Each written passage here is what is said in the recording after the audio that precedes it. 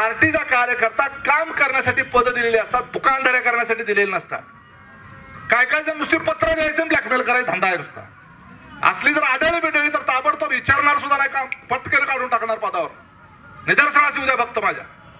असल्या दुकानदाऱ्या करण्यासाठी जर पद घेतली असेल, फालतू इथं बेकायदेशीर धंदे चाललेले आहेत, गुटखा विक्री चालली आहे, वाळू चाललेली असेल तर जुनाईनली पकडा, शूटिंग करा, डायरेक्ट प्रेस कॉन्फरन्स घेऊन सांगा अधिकाऱ्याला पत्र कशाला देताय. नुसती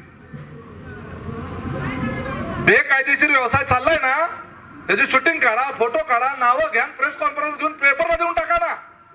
अधिकाऱ्याला पत्र द्यायचे, बघा आम्ही नाहीतर बघा नाहीतर. असे आहेत का नाही? त्यामुळे असल्यांनी अजिबात नाही. त्यांनी मग ते आरटीआयचा कार्यकर्ता व्हा, दुसरं काय ते अजून कुठली ती प्रहार संघटना वगैरे तिकडे जावा. तिकडे म्हणजे प्रहार संघटना चांगली आहे बच्चू कडूंची. मला ते काय म्हणायचं होतं, ते कुठले आहे की अजून भ्रष्टाचार निर्मूलन समिती आहे, त्याचे एक कार्यकर्ते असतात.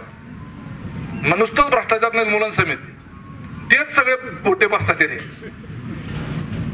काही जण चिडतील माझ्यावर, पण खरं काय काही जण नाही. काही लोक जुनाईनली काम करतात.